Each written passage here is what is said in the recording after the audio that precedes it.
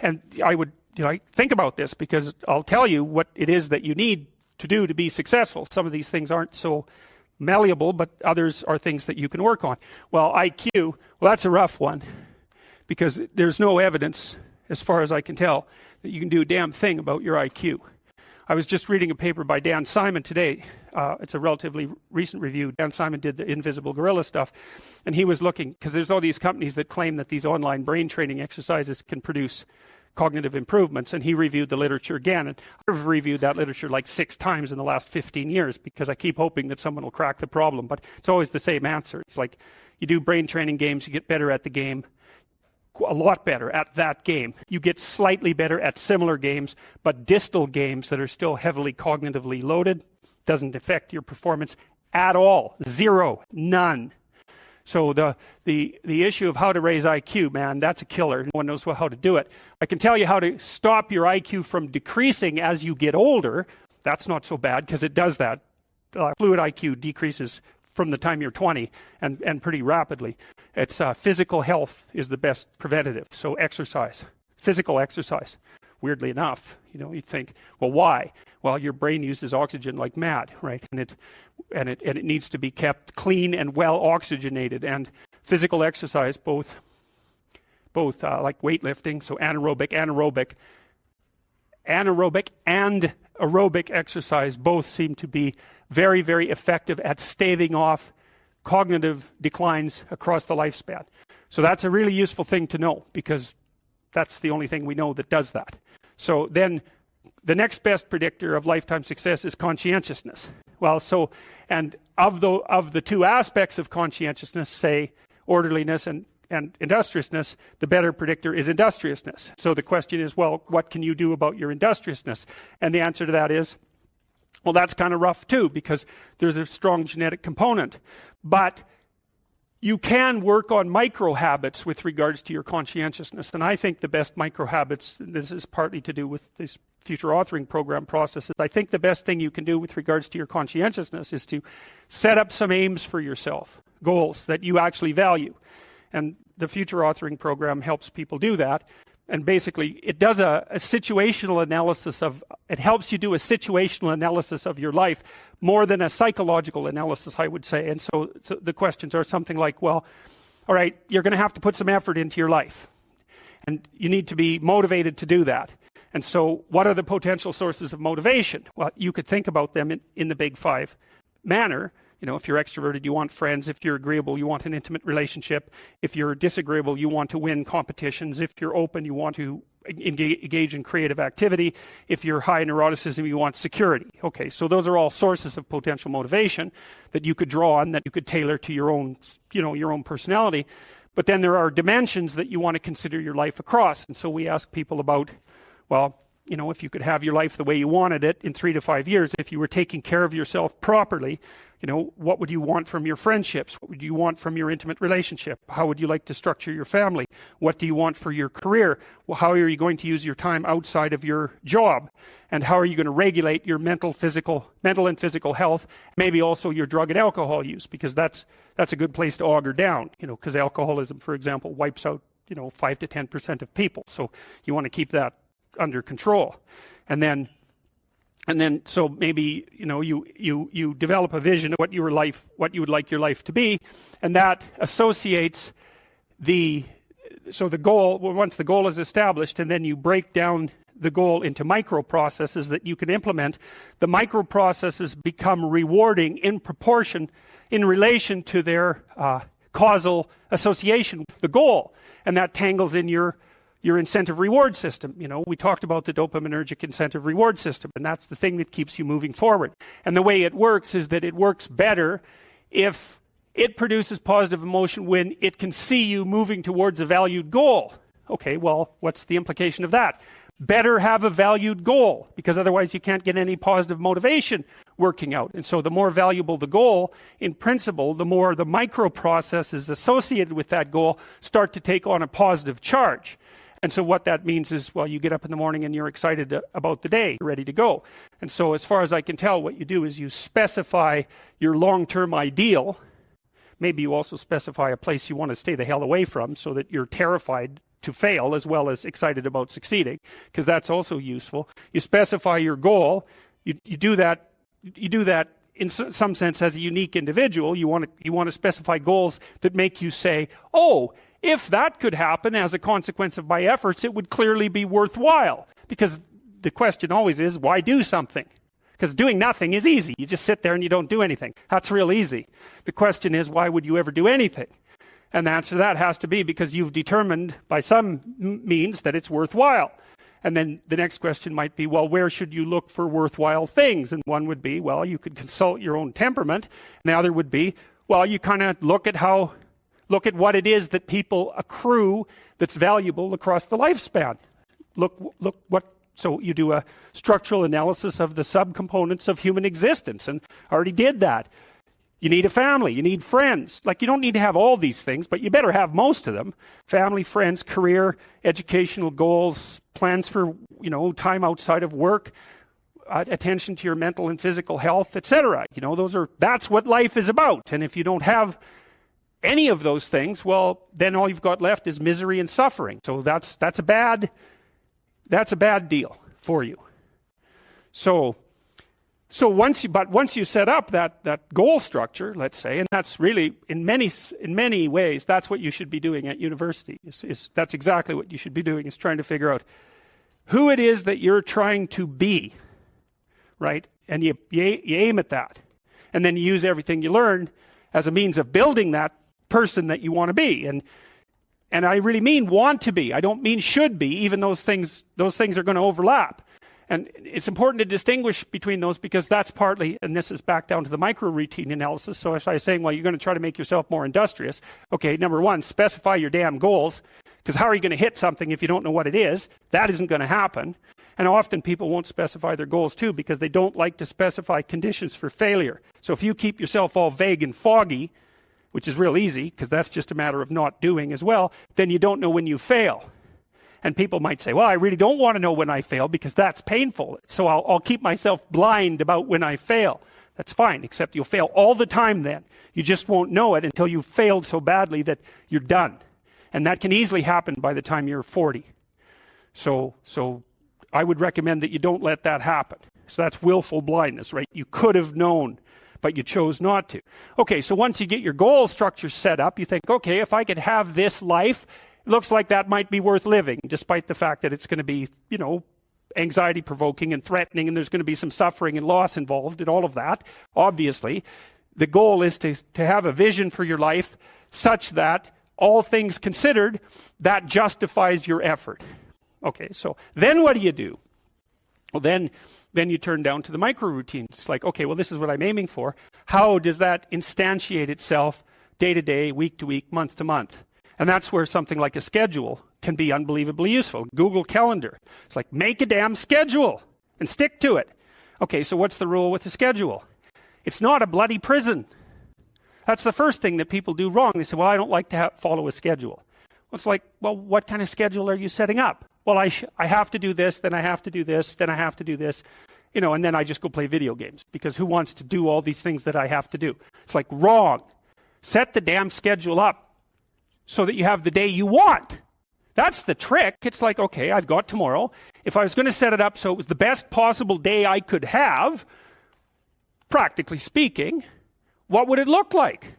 Well, then you schedule that. And obviously there's a bit of responsibility that's going to go along with that, because if you have any sense, one of the things that you're going to insist upon is that at the end of the day, you're not in worse shape than you were than at the beginning of the day, right? Because that's a stupid day. If you have a bunch of those in a row, you just dig yourself a hole and then you bury yourself in it. It's like, sorry, that's just not a good strategy. It's a bad strategy. So maybe 20% of your day has to be responsibility and obligation, or maybe it's more than that, depending on how far behind you are. But even that, you can ask yourself, okay, well, I've got these responsibilities. I have to schedule the damn things in. What's the right ratio of responsibility to reward? And you can ask yourself that, just like you'd negotiate with someone who is working for you. It's like, okay, you got to work tomorrow. Okay, so I want you to work tomorrow. And you might say, okay, well, what are you going to do for me that makes it likely that I'll work for you? Well, you could ask yourself that, So maybe you do an hour of responsibility and then you play a video game for 15 minutes. I don't know, whatever turns your crank, man. But, you have to negotiate with yourself and not tyrannize yourself. Like you're negotiating with someone that you care for, that you would like to be productive and have a good life. And that's how you make the schedule. It's like, and then you look at the day and you think, well, if I had that day, that'd be good. Great. And you're useless and horrible, so you'll probably only hit it with about 70% accuracy, but that beats the hell out of 0, right? And if you hit it even with 50% accuracy, another rule is, well, aim for 51% the next week, or 50.5% for God's sake, or because you're going to hit that position where things start to loop back positively and spiral you upward. And so that's one way that you can work on your conscientiousness, is to plan a life you'd like to have. And you do that partly by referring to social norms. That's more or less rescuing your father from the belly of the whale. But the other way you do that is by having a little conversation with yourself about, as if you don't really know who you are, because you know what you're like. You won't do what you're told. You won't do what you tell yourself to do. You must have noticed that. It's like you're a bad employee and a worse boss. And both of those work, for you. You don't know what you want to do, and then when you tell yourself what to do, you don't do it anyways. You should fire yourself and find someone else to be. But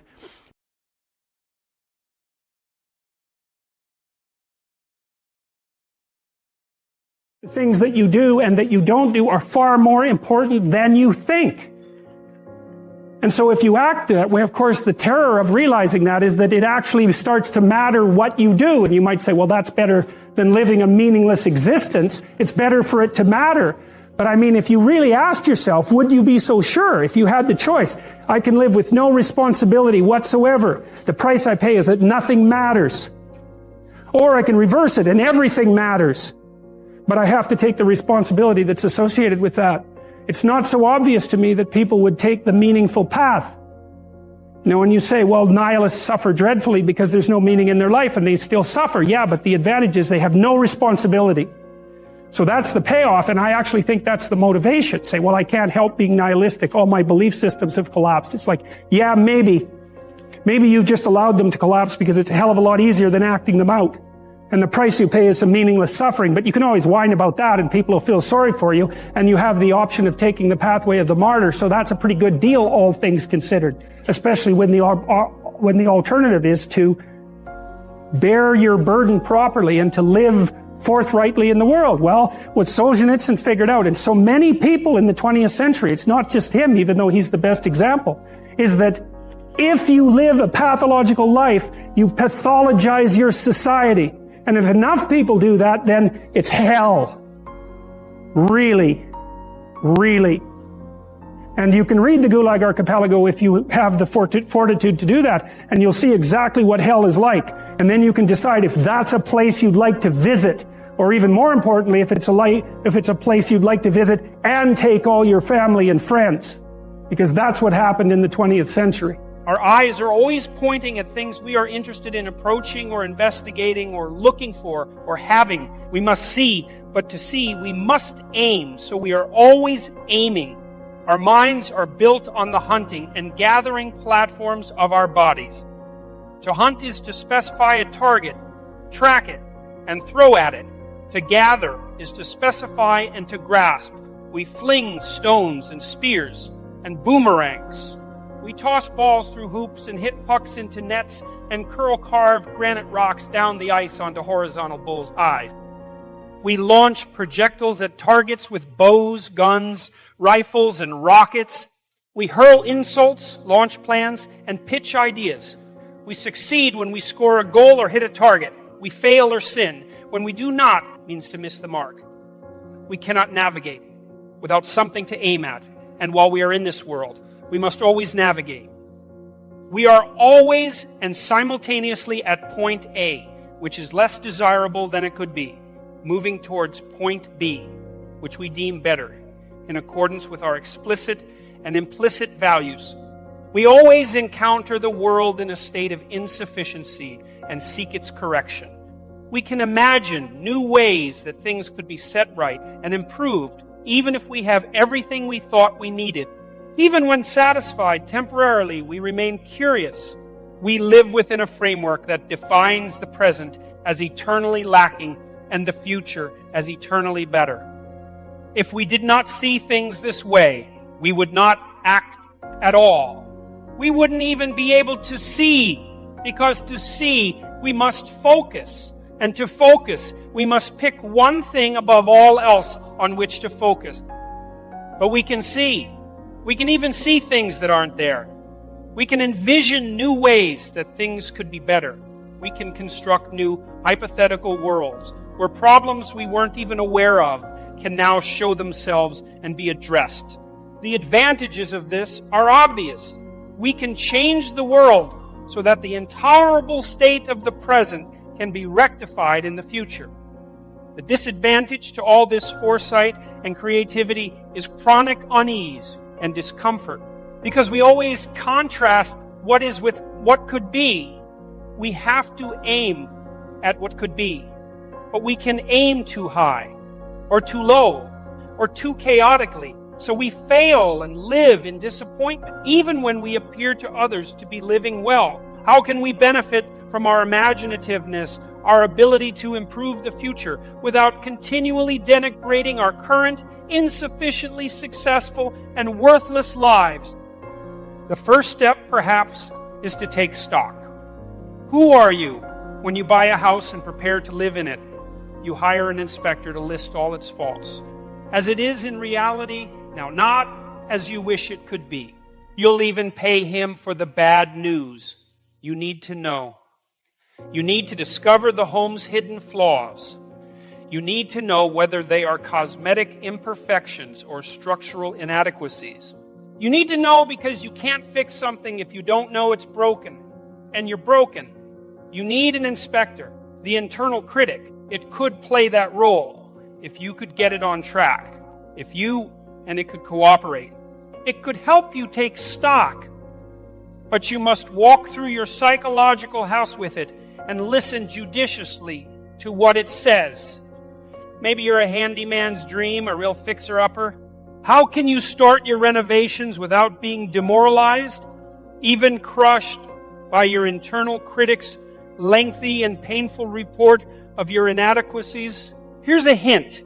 The future is like the past. But there's a crucial difference. The past is fixed, but the future, it could be better. It could be better. Some precise amount.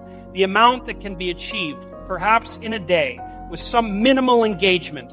The present is eternally flawed. But where you start might not be as important as the direction you are heading. Perhaps happiness is always to be found in the journey uphill, and not in the fleeting sense of satisfaction awaiting at the next peak. Much of happiness is hope, no matter how deep the underworld in which that hope was conceived. Called upon properly, the internal critic will suggest something to set in order, which you could set in order, which you would set in order, voluntarily, without resentment, even with pleasure. Ask yourself, is there one thing that exists in disarray in your life or your situation that you could and would set straight? Could you and would you fix that one thing that announces itself humbly in need of repair? Could you do it now? Imagine that you are someone with whom you must negotiate. Imagine further that you are lazy, touchy, resentful, and hard to get along with. With that attitude, it's not going to be easy to get you moving. You might have to use a little charm and playfulness. Excuse me, you might say to yourself, without irony or sarcasm, I'm trying to reduce some of the unnecessary suffering around here. I could use some help. Keep the derision at bay. I'm wondering if there is anything that you would be willing to do. I'd be very grateful for your service. Ask honestly and with humility. That's no simple matter. You might have to negotiate further, depending on your state of mind. Maybe you don't trust yourself. You think that you'll ask yourself for one thing and having delivered, immediately demand more. And you'll be punitive and hurtful about it. And you'll denigrate what was already offered. Who wants to work for a tyrant like that? Not you. That's why you don't do what you want yourself to do. You're a bad employee, but a worse boss. Maybe you need to say to yourself, okay, I know we haven't gotten along very well in the past. I'm sorry about that. I'm trying to improve. I'll probably make some more mistakes along the way, but I'll try to listen if you object. I'll try to learn. I noticed just now today that you weren't really jumping at the opportunity to help when I asked, is there something I could offer in return for your cooperation? Maybe if you did the dishes, we could go for coffee. You like espresso. How about an espresso? Maybe a double shot. Or is there something else you want? Then you could listen. Maybe you'll hear a voice inside. Maybe it's even the voice of a long-lost child. Maybe it will reply, really, you really want to do something nice for me? You'll really do it. It's not a trick. This is where you must be careful. That little voice, that's the voice of someone once burnt and twice shot. So you could say very carefully, yes, I might not do it very well and I might not be great company, but I will do something nice for you. I promise. A little careful kindness goes a long way, and judicious reward is a powerful motivator. Then you could take that small bit of yourself by the hand and do the damn dishes. And then you better not go clean the bathroom and forget about the coffee or the movie or the beer, or it will be even harder to call those forgotten parts of yourself forth from the nooks and crannies of the underworld. You might ask yourself, what could I say to someone else? My friend, my brother, my boss, my assistant? That would set things a bit more right between us tomorrow. What bit of chaos might I eradicate at home, on my desk, in my kitchen tonight, so that the stage could be set for a better play? 500 small decisions, 500 tiny actions compose your day today and every day. Could you aim one or two of these at a better result? Better in your own private opinion, by your own individual standards. Could you compare your specific personal tomorrow with your specific personal yesterday? Could you use your own judgment and ask yourself what that better tomorrow might be? Aim small. You don't want to shoulder too much to begin with, given your limited talents, tendency to deceive, burden of resentment, and ability to shirk responsibility. Thus, you set the following goal. By the end of the day, I want things in my life to be a tiny bit better than they were this morning. Then you ask yourself, what could I do that I would do that would accomplish that? And what small thing would I like as a reward? Then you do what you have decided to do, even if you do it badly. Then you give yourself that damn coffee in triumph. Maybe you feel a bit stupid about it, but you do it anyway. And you do the same thing tomorrow, and the next day, and the next day. And with each day, your baseline of comparison gets a little higher. And that's magic. That's compound interest. Do that for 3 years, and your life will be entirely different. Now you're aiming for something higher. Now you're wishing on a star. Now the beam is disappearing from your eye, and you're learning to see. And what you aim at determines what you see. That's worth repeating. What you aim at determines what you see. If you configure your life so that what you are genuinely doing is aiming at the highest possible good, then the things that you need to survive and to thrive on a day-to-day basis will deliver themselves to you. That's a hypothesis, and it's not some simple hypothesis, right? Because what it basically says is, if you dare to do the most difficult thing that you can conceptualize, your life will work out better than it will if you do anything else. Well, how are you going to find out if that's true? Well, it's a Kierkegaardian leap of faith. There's no way you're going to find out whether or not that's true unless you do it. So no one can tell you either, because just because it works for someone else, I mean, that's interesting and all that, but it's no proof that it'll work for you. You have to be all in this game. There is no more effective way of operating in the world than to conceptualize the highest good that you can and then strive to attain it. There's no more practical pathway to the kind of success that you could have if you actually knew what success was. The world shifts itself around your aim, because you're a creature that has an aim. You have to have an aim in order to do something. You're an aiming creature. You look at a point and you move towards it. It's built right into you. And so you have an aim. Well, let's say your aim is the highest possible aim. Well, then, so that sets up the world around you. It organizes all of your perceptions. It organizes what you see and you don't see. It organizes your emotions and your motivations. So you organize yourself around that aim. And then what happens is the day manifests itself as a set of challenges and problems. And if you solve them properly, then you stay on the pathway towards that aim.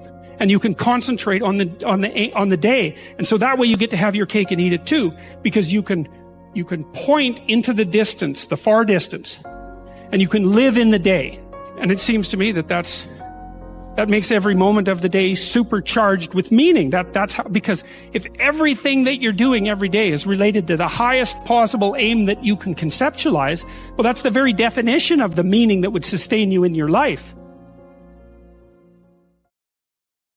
The modern idea is you're supposed to accept yourself. I think that's an insane idea, by the way. Really, I can't think of a more nihilistic idea than that you're already okay. It's like, no, you're not. And the reason you're not is because you could be way more than you are. And so what do you want to be? You want to be okay as you are? Or do you want to strive towards what's better? Human beings are insufficient in and of themselves and need the movement upward. And so they need to conceptualize something like the highest good and then to strive for that. You should love and feel good about the person you are now. And that's actually a dubious proposition for a variety of reasons. One is, whatever yourself is not only what you are. Yourself is also what you could become. And so to love yourself properly is not only to love what you are, who you are, whatever that means, but to love who you could become. Now, one of the things I've observed is that it's very demoralizing for the typical young person who's miserable and maladjusted psychologically and socially if you just go to them and say, well, you should feel good about yourself, because they think you're good just the way you are. You're perfect just the way you are. You should accept yourself just the way you are. It's like, well, okay, so what does that say about who I should become? Is that just now off the table because I'm already good enough in every way? So am I done or something? What about who I should become? And then, well, how should I feel good about myself when I don't? Because I'm not getting along with myself. I'm anxious and hopeless and nihilistic and depressed. And I'm not getting along with other people. So how is it that that's all somehow something I should feel good about without being deluded? And these are complicated questions because you don't want to beat yourself with a stick, which might be the opposite of that. So, well, feel bad about yourself. It's like, no, be judicious and merciful with yourself and think that you need to accept yourself in some way, the way a mother accepts a child. But the maternal spirit is not the only spirit that governs the love that a child requires properly. You have the paternal spirit of encouragement as well, which is, well, we need to shelter and protect you and to provide for your security the way you are. But you could be a lot better and should be. And I have faith that you could be, which is the love that I'm delivering to what you're becoming rather than what you are. And so love that you direct towards yourself is partly directed towards that maternal care that's sort of the minimum precondition for basic flourishing, combined with an attitude of encouragement towards the possibilities of your being. And so that's a much more sophisticated so-called self-love, partly because it's the kind of love that envisions you as something that unfolds across time. And it's a much richer conception because it also implies that there's a responsible adventure to your life. You're not all you could be, and there's pain in that. And there's the necessity for a certain amount of judgment about that, and even a certain amount of exclusion, because what you are that is insufficient in some sense should not be allowed to propagate further. But if it's conjoined with encouragement, it's like, yeah, you're in a rough situation there, kiddo. But, here's some things about you that are virtuous and good. And they're pretty powerful, actually. And if you just made those more manifest, you could dispense with a lot of this immaturity and misery. And you could expand yourself out into life physically and psychologically. And you could start walking this pathway that makes things better. And the thing is that as soon as you start walking the pathway that makes things better, then things immediately become better because your whole orientation changes. And, if you're in a bad place, but you're escaping, that's pretty positive. Even if it's a bad place, and you might think, well, it's still bad, but it's better. It's like, well, that's a lot better than a bad place that's getting worse. That's for sure, because that's hell. Hell is a bad place that's getting worse. That's for sure. And so if you take the bad place and it's getting better, well, it's already not hell. That's a start. And so this notion of love, we've confused this with the maternal instinct for an infant. It's like, because an infant under 6 months, it's like, well, of course, your attitude towards an infant is you're exactly okay the way you are. But that's not what you do to any child that's older than 6 months. You start laying down some criteria for becoming, for improvement. And some of that improvement, because we can define it, well, there's nothing more perfect than a child, than a baby. It's like, yeah, but that's not true if the baby's 14 years old, right? It's true if the baby's 6 months old and actually a baby. But by 9 months, well, the child is going to start to interact socially. And now there's some principles that the child has to learn to abide by so that social interaction is optimized. You want to take the infant who's entirely dependent and turn them into something that's autonomous and then socially integrated in a manner that's moving them towards individual responsibility.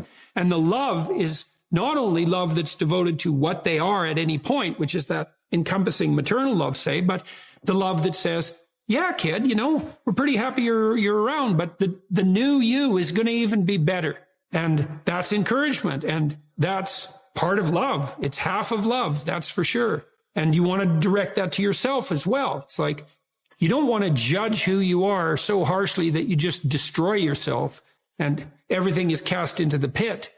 You want to take a look at yourself and say, look, you're a person among persons and you have intrinsic worth and you have your flaws, your sins, your domain of ignorance and inadequacy. But that doesn't mean that you're entirely worthless because of that.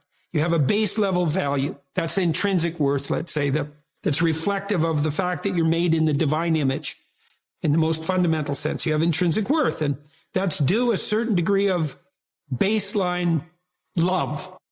But there's the becoming problem. It's like, well, especially when you're young, most of you is still in the becoming phase. And so why wouldn't encouragement be the hallmark of love? It's like, get the hell up, get your act together, adopt some responsibility, put your life together, develop a vision, expand yourself beyond the narrow confines that are causing your misery. And we think you can do it. You could do it. You should do it. The world would be better off if you did it.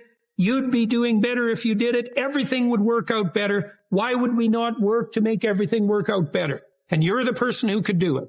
And you tell young people that and they think, oh, no one ever told me that before in that way. And they think, well, maybe I should get my act together. And then they go out and try to get their act together. Then they think, well, turned out that worked and I'm less miserable. I could try doing it a little bit on a broader scale. And they try that and they think, wow, people seem a lot happier with me. I have more friends and I'm more popular and I'm a little more physically attractive because I'm standing up a little bit straighter. And then away they go and unfold, man. Be a force for good in the world. And that'll be the adventure of your life. When you're getting ready in the morning, when you're working, or when you're simply looking to open your mind, download Mindset and listen to your favorite inspirational speeches of all time. Your brain is the most powerful weapon in the world. An unrecognized danger of our technology. I don't suppose it's entirely unrecognized, but the miracle of memory is not that we remember. The miracle of memory is that we forget. Amen. And that we only remember what is necessary. And because we can forget, we don't drag the past along with us, right? So we can get free of the past. Like all you need is 3 sleepless nights to understand what kind of hell life would be if you couldn't dispense with the past. Because each night when you sleep, you dispense with that day. And that renews you. And so that story of descent into the depths and redemption, I mean, that's part of our natural biological rhythm. That's the descent into unconsciousness at night, into deep sleep, and then our reawakening in the morning. And that's associated with solar mythology, with the setting of the sun and the rising of the sun. All that's tangled together, but that definitely does renew us, and it enables us to start afresh in the morning. The problem with technology, is that it's becoming increasingly difficult to shed our past. And without that, you can't redeem yourself. And that is a mistake. It is a problem because everyone makes mistakes and everyone makes mistakes all the time.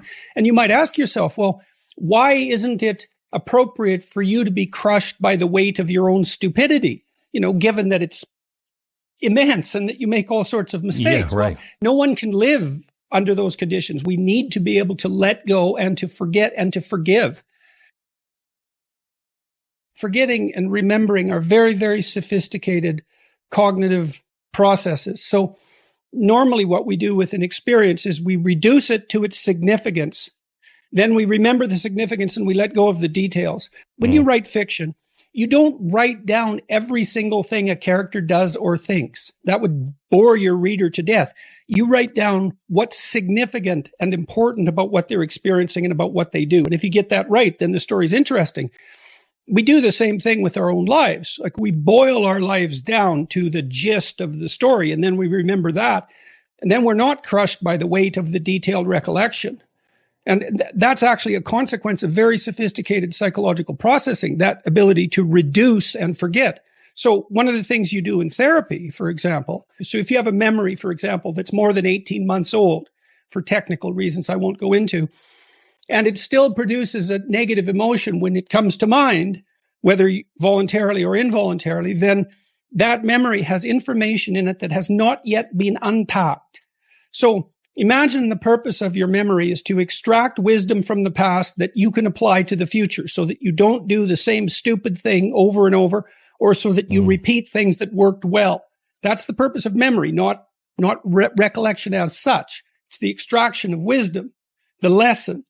Well, if you have a memory that's more than 18 months old and it's still hurting you, making you anxious, disappointed, ashamed, guilty, any of that, it means that you have not undertaken the complex process of analyzing that memory, pulling out from it the moral and dispensing with the details. So that's why you say in the book, you have a bad memory, it won't leave you alone. Write it out. Write it in detail. Write it out.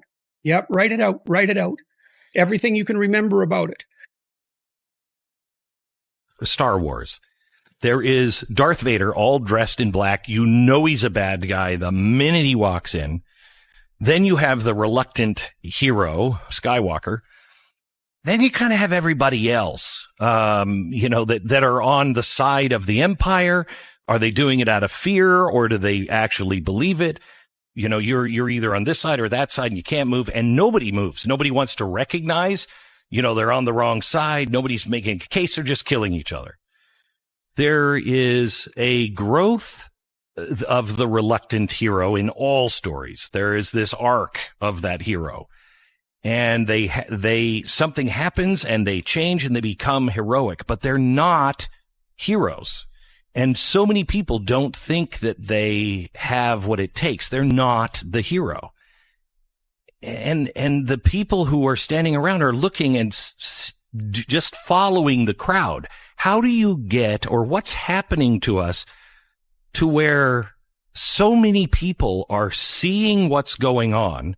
How do you get people to recognize and then have the courage to stand? You've taken a beating. Nobody wants to do that. Why is that worth it? And how do you get there? Well, I think it's worth it because the alternative, I believe the alternative is worse. I mean, that's why I think it's worth it. It's What's a decision that you make to stay silent when you have something to say. You don't know what it is within you that requires your voice, right? Because you feel, I have something to say. It's like, well, where does that come from exactly, that feeling that you have something to say? You're disgruntled at work and you're choking on your own bile because the situation is not just in your estimation. You're dying to say something, but you won't. Well, you'll die if you don't say it. Maybe it's a death of 1,000 cuts. I don't like deferred punishment. I'd rather take it now and keep the future clean, which is why I encourage people to have the fights now. Not to hide things in the fog for later because they grow and metastasize. It's better to confront what you need to confront when it's small and when you have some possibility of victory. The instinct for meaning is a genuine instinct, and it underlies even our attention. It's unbelievably deep. It's the deepest thing about us. What if that meaning instinct goes wrong? It's like, yeah, what if? What if? Okay, how do you make it go wrong? Lie and see what happens. Because you'll pathologize that instinct and then you're lost. So if you understand that, there isn't anything more frightening than understanding that. Because your stability as an entity, as a soul, is dependent on your relationship with that instinct for meaning. And if you pathologize that with deceit, you will find yourself in the hands of things that you do not want to be in the hands of. Put it that way.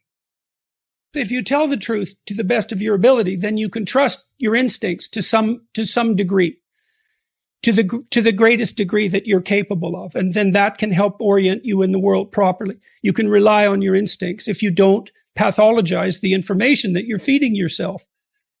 So, if you want to live in harmony with yourself, which you would assume to be somewhat desirable rather than right. a hellish disharmony, then don't feed yourself what's indigestible.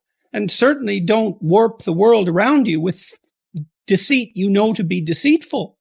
It's extraordinarily damaging and dangerous. Where do you find the hope and the strength to continue to fight? Or for those who are listening, to get the motivation to stand up and say what's on their mind? People have to have a dialogue with their own conscience. Imagine that you get upset with something when you recognize an obstacle in your path, and then imagine that you need a path and that you've chosen reasonably wisely, let's say, not perfectly, but reasonably wisely. An obstacle arises, you're frustrated, disappointed, ashamed, afraid. Well, you have something to do to clear out the obstacle. You have something to say. Well, then you don't clear out the obstacle because you're afraid to speak or you're unwilling to speak. You want to defer the conflict because you hope it will go away. All that'll happen is that the obstacles will pile up. But then your life will be nothing but obstacles. Well, you need to know that. You have to ask yourself if you believe that's true. If it's true, then you don't want to remain silent. Imagine too that as you remain silent, you get smaller because you're not manifesting the courage necessary to live by your own standards. And the problem gets bigger. Well, if you're not going to speak now, what makes you think you're going to be more prepared in the future? You won't. Why is that going to happen? When does that ever happen? Generally what happens is people cave very rapidly and they apologize like mad, even if they haven't done anything wrong. And I think that's a mistake. I understand why people do it. I mean, I really do understand why people do it, but it isn't, I don't think it's a good idea. If you haven't done anything, so that's the thing about the presumption of innocence. And it really is a miracle, right? Because if you think that, if I accuse you, my tendency is to think that you're bad. And you might think, well, my tendency is to think that I'm good. But, that isn't the tendency for most people. People have a pretty guilty conscience, almost everyone. And it does tie itself up with this idea of monstrosity that you just described. The only person for whom public opinion means nothing is a psychopath, right? The rest of us regulate ourselves by watching our impact on others. And we're doing that all the time. And generally, even if the fault is relatively trivial, I mean, we're capable of denial and all of that, but generally we take our impact on other people very seriously. And so the presumption of innocence is a very difficult thing even to apply to yourself, but it's unbelievably useful. It's like, wait a sec, you're innocent unless you're proven guilty. Well, look, I can give you an example. So I know a bunch of people who run MBA programs, and I've had discussions with them because the thing about an MBA program is if it's selective, it's really hard to get in. It's like getting into Harvard. It's really hard to get into Harvard. You have to have an IQ that places you at least at the 99th percentile, and then you have to be really good at least one or two other things. So it's really hard to get in. Okay, so you think, well, why hire a Harvard graduate? Well, it's the quality of the education. It's like, no, it's not. It's the fact that it's really hard to get in. All of the value of the Ivy League education is in the screening before the education starts. Now, that doesn't mean that people go to Harvard and they get educated, but they'd get just as educated if they went somewhere else. First of all, it's like every university contains more information than any student can ever possibly process.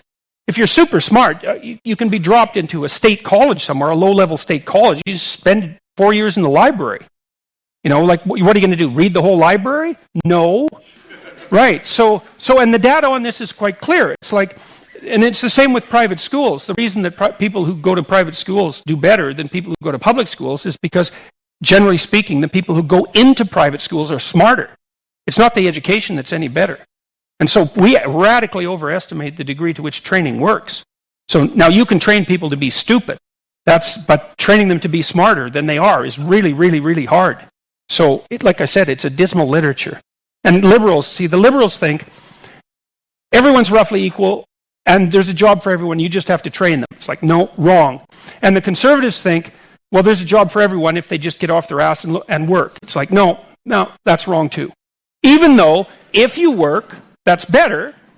And, well, so that's on the conservative end. But the liberals won't take into account individual differences. Well, obviously, that's part of what the whole politically correct discussion is about. It's like, everyone's the same. It's like, yeah, they're not. And I find it's really annoying, I would say. Like, I love to come to Silicon Valley. I've been here many, many times. And, like, it's really something to come here and meet. There's so many people here who are off the scales intelligent, and they're all, clustered together, which is why this place is so unbelievably rich and so unbelievably productive, one of the reasons. But it's also very annoying that it's so left-leaning, because one of the things that the left-leaning Silicon Valley geniuses should understand is that they're the beneficiary of a genetic lottery. Mm-hmm. And they should take that seriously. It's like, yeah, you worked hard. Yes, you're entrepreneurial. Yes, you're on point. Put in your 60 hours a week. You do everything you could. But you have an IQ of 150. And, like, that's not your doing. Mm-hmm. Right? That's something that happened to you. And so you can't be saying, well, it's all me. It's like, no, It's not. It's all you and the genius that you were granted as an infant. That's it. That's what's driving it. Now, that doesn't mean, I think, that people of disproportionate intelligence shouldn't be rewarded disproportionately. It's possible that they should, because it might be in the best interest of everyone else to dump as much money as possible to the top 2% of the cognitive strata, because they're going to be most generative with it. And even if it's not fair, because you might say, well, just because you won the genetic lottery, does that mean that you should have more money than anyone else? It's like, well, not on the grounds of fairness, but if you have to distribute money, well, who are you going to distribute it to? And I think, was it Ted, who ran CNN? Ted Turner. Mm-hmm. He estimated that if you tried as hard as you could in your entire life, there was no way that you could spend more than $400 million. And so let's say you have more money than that at your disposal. Well, hopefully you're going to do some halfway intelligent things with it, and hopefully you'd expect that the more intelligent people would do more than halfway intelligent things with it. So if you have to have unequal distribution, then a meritocracy is probably the best way to do it. But it still leaves you with this terrible problem, which is, what do you do with all the people who stack up at zero? And the answer isn't have contempt for them because they don't work as hard as you. It's like, yeah, a bunch of them don't. Because conscientiousness also predicts success. So among the poor, there are people who don't work, but you never want to underestimate the contribution of cognitive ability.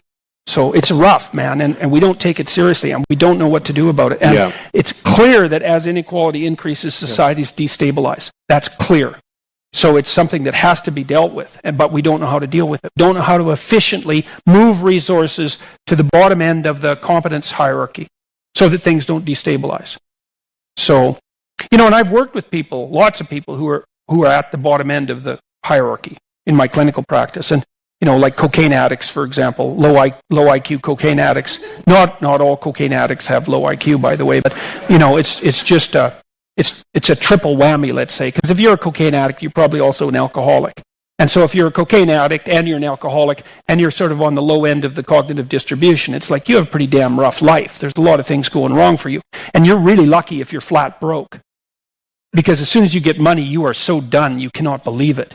So like when your unemployment check comes in and you're a cocaine addict alcoholic who isn't employed, the probability that 3 days later you're going to end up face down in a ditch is really, really high. So don't be thinking like it's not so simple that you can just dump money down the competence hierarchy to the people who are in the underclass and expect that that's going to have a salutary effect. I don't think there's any evidence for that whatsoever. Like money is not an easy resource to use productively. And this idea of discipline, obviously, I talk about discipline a lot. And one of the things you were talking about earlier with regards to veterans and people that have listened to your lectures, and it's the same thing with me, people that listen to this podcast or read the books. And one of the things that I've noticed and I've talked about and I've gotten a lot of positive feedback on is, when you're in the military, you have this discipline. And beyond the discipline that's imposed on you, you also have a lot that you have to just hold the line yourself. I mean, when you're in the military, sure, you go through boot camp where there's a drill instructor that's yelling and all that. But once you're in the military, you're doing what you have to do. It's self-discipline that you learn that and you become self-disciplined. And what happens is guys get out and that's gone and that hurts them. And the other thing that hurts them is they don't know what their mission is anymore. Mm-hmm. And my big thing with people that I've been telling vets now is find what your next mission is. Go find whatever your next mission is. And I don't care what it is, but it has to be something. And I was listening to you talk on something the other day and you were talking about how not doing anything, when people are not going anywhere, when they're failing, they don't have the drive, it's because they're not accepting responsibility for anything. And so my way of saying that is like, you need a new mission. You need to be responsible for something and you need to go and move towards some new mission. And do you encounter people or you see people that's very problematic in the civilian side as well, where people, they just don't know what they're doing. They don't take responsibility for anything. That's part of this nihilism, is that because first of all, you learn that truth is relative and that there's no real moral order. And, that alleviates you of responsibility. And that's why that's such an attractive message to people. But the problem is that it kills you. It kills your soul, so to speak, because, when we can talk about this technically. So, there are systems, neurological systems that underlie your experience of negative emotion, and there are neurological systems that underlie your experience of positive emotion, and they're separate systems. They obviously interact, but they're separate systems. So, but the positive emotion system, there's two of them, but one of them sort of kicks in when you get something that you want. So, you're hungry and you eat, and that feels good. And so that's kind of the simple one. But there's a more sophisticated one that I think is even more active in people. And it's the one that tells you that you're moving forward towards something worthwhile. And that's actually the one that gives people that sense of meaningful engagement in their life on a moment-to-moment basis. So, and it's also something that doesn't have to go away. Like if you're hungry and you eat, that's good, but it's over. And then you're on to the next thing, right? It's not exactly sustaining. It's just necessary. That's called consummatory reward, by the way. This other reward system is incentive reward. And the incentive reward system works on dopamine, this neurochemical dopamine, which is also the neurochemical tracks that opiates and cocaine and amphetamines, the drugs that people really like to abuse, alcohol often for some people, activate. And so you might say if you don't have enough meaning in your life, then you're more prone to addiction. And that's definitely the case, even with rats. If you take a rat and you put him in a cage by himself and he has nothing to do, and then you give him access to cocaine, he'll get addicted to the point where he won't do anything but take cocaine. But if you throw the rat back in with a bunch of other rats and he gets to do rat things, then it's very hard to get him addicted to cocaine. And so the purposeless rat is prone to addiction. Well, it's the same with human beings. Now, here's a corollary to that, which is really cool. So the magnitude of the reward you experience as you're moving towards a goal is proportionate to the importance of the goal. So that means the more important the goal you pick, the more possibility there is for the kind of reward, let's say, it's really a state of being that is life-affirming. And it is directly life-affirming in that, like if you're in a football game and it's an important football game and maybe you break a finger and normally that's a problem. It hurts and you're going to stop doing whatever you're doing. But if you're right in the middle of the game, then you'll be so amped up on this reward system that it's analgesic. It stops the pain. It also suppresses anxiety. So if you have a purpose, then it's analgesic. It takes some of the pain out of life. It's very positive in that it motivates and energizes you and focuses you and makes you able to remember and pay attention. And it quells fear. And so those things are all direct. And so then you might think, well, what's the best possible goal? Well, and that's the purpose, I would say, of religious training and philosophical training. It's like, just what the hell are you doing in the world? You know, and I would say, well, that's actually fairly easy to also lay out. And this is why nihilism is a much weaker philosophical position than it might appear to be. It's like, well, there are lots of terrible things happening in the world.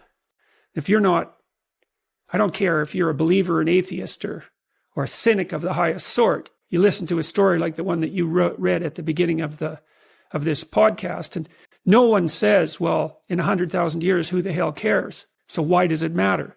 No one says that. They listen to that. Not if they're human. They listen to that story and they think, that's not good. It's like, that's right. That's not good. It's not good. You should do something about that. Because it's self-evidently not good.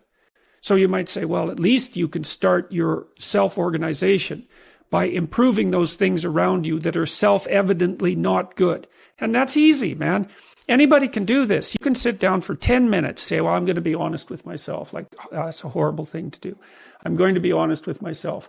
Okay, I'm probably doing a dozen stupid things that I could quit doing that are making my life more wretched, and also the people around me. And so you think, okay, what are those things? And, you know, if you really want to know, you have to want to know. And you're going to get a bunch of information that you don't want to hear, but you'll know it's true. And you already knew it in some sense. And then you can ask yourself, okay, that sucks and it's miserable and it's not very self-affirming. Is there one of those things I would be willing to do something about, that I would actually do something about, you know, that I could do something about, that I would do something about, which is also another horrible question, because as soon as you get an answer to that, then you have a responsibility, right? It's like, oh God, I have to go do that. And it's something you don't want to do. You don't want to do it. That's why you've been avoiding it. And so then it's right in front of you.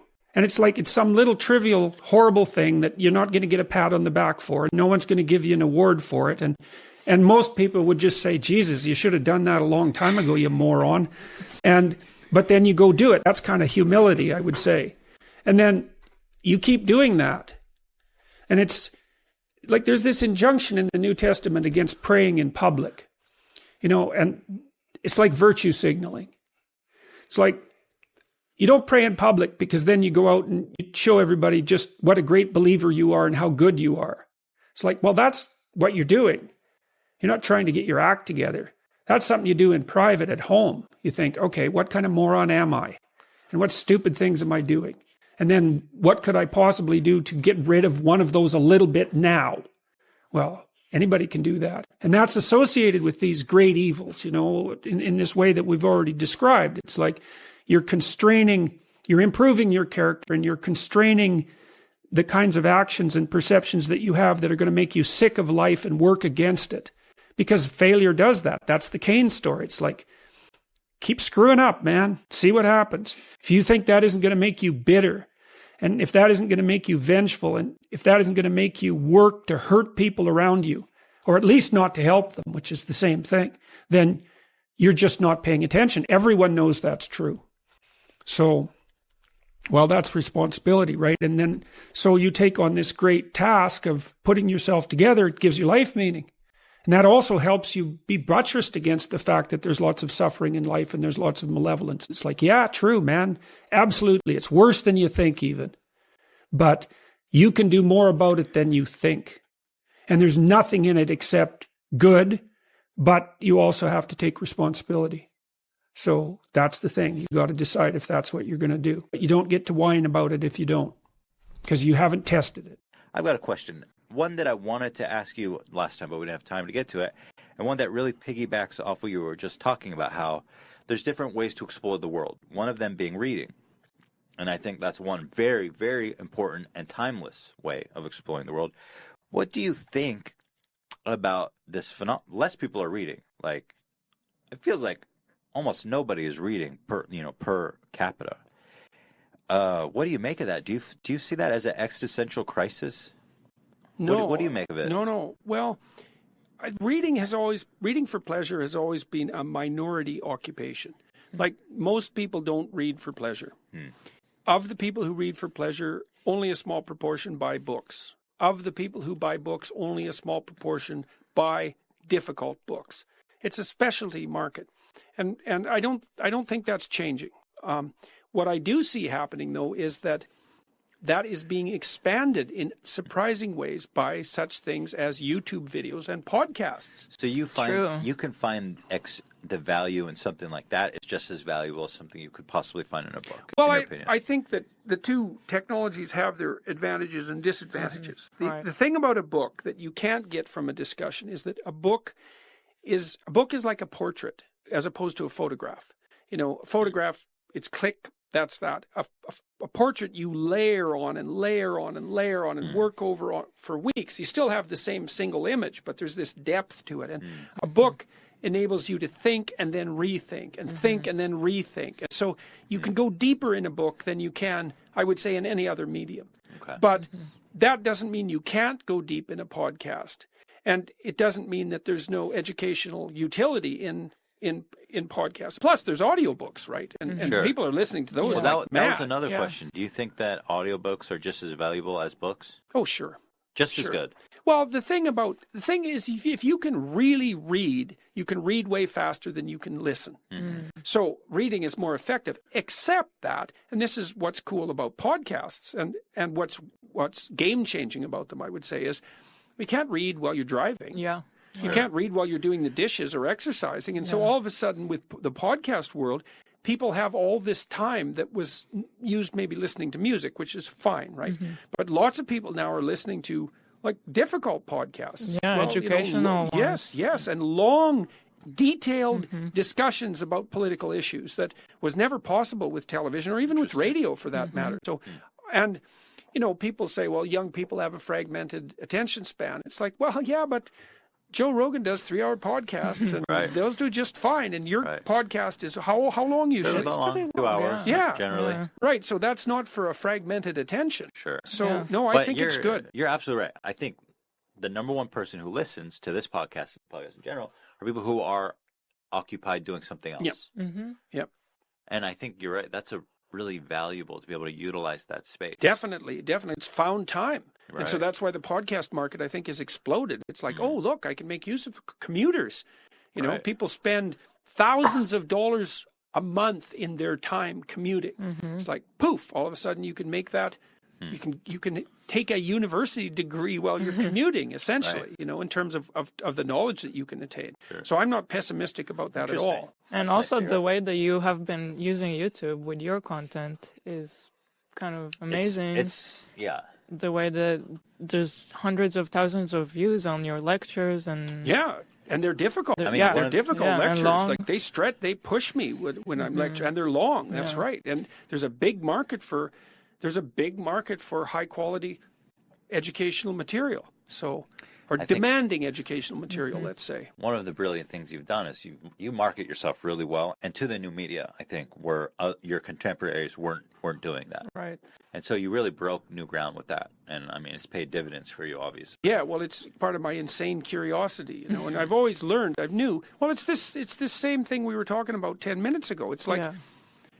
I've done a lot of different things in my life, and I've always felt like a complete idiot when I started doing them, because that's why Carl Jung said, for example, that the fool is the precursor to the savior. You have to be willing to be a fool to advance, because when you first move in your new direction, what the hell do you know? You're just a bumbling dimwit, but you won't be that for long.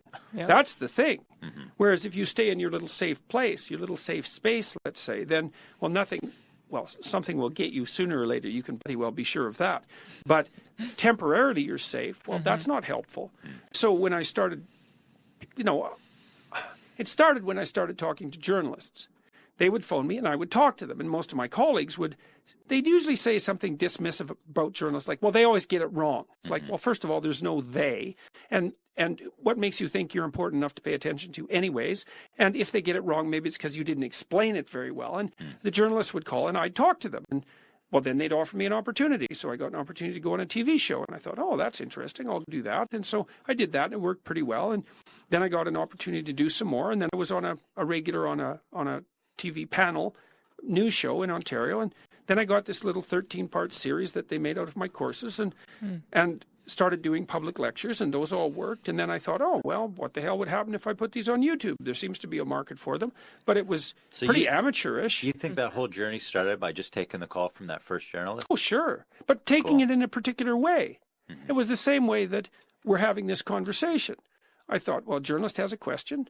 I'm not doing anything expedient. I'm not saying, well, you know, I'm hoping that something will come of this. But I didn't have a specified goal in mind. I thought, let's have a conversation And let the chips fall where they will. Yeah. And so, and one of the things that distinguishes me, I would say, from many of my colleagues, and perhaps from many people, is that generally when someone comes along and says, well, would you like to do this? I'd say, okay, let's give it a try. And I don't expect that I'm going to be particularly good at it how would I be? I'm certainly not as good at it as I'm going to be, that's for sure. Right. You know, because obviously when you first start something, you're just not that good at it. But, you know, like I felt like a fool when I first started to practice as a therapist, when I first started to lecture, when I first started to work as a business consultant, when I was designing software, when I was going on, you know, starting to do media events. It's like, what the hell do I know? I don't know how to do this. It's like, whatever, man. It's like, move ahead. Or when you first uploaded to YouTube? Yeah, well, I mean, you know, the channel kind of limped along for a while. I mean, it depends on how you measure it. But, I mean, when I really sat up and paid attention was in April 2016, the views hit the 1 million mark. And I thought, million, eh? What does that mean? And I really thought about it. I thought, 1 million's a lot. If I sold 1 million books, it's like, that's when you do the little touchdown dance, right? At the end of the field. Because that just doesn't happen. And I'd never write a scientific paper that had 1 million views. That just never happened, ever, not once, right? Then you think, well, if you talk to 50 stadiums full of 20,000 people, you'd think, that's noticeable, right? That's noticeable. Yeah. I thought, 1 million. And people were watching the lectures, like their long lectures. They were watching them. It wasn't just 30 seconds. They were in there. Like some people would browse and pop out, but lots of them were watching them right to the end. And so I thought, all right, what the hell is this YouTube thing? Anyways, what is this? It's not cute cat videos. It's, and then I thought, oh, I get it. I see what it is. It's like the invention of the printing press. It's that big. For the first time in human history, the spoken word has as large a reach and as long a duration as a book.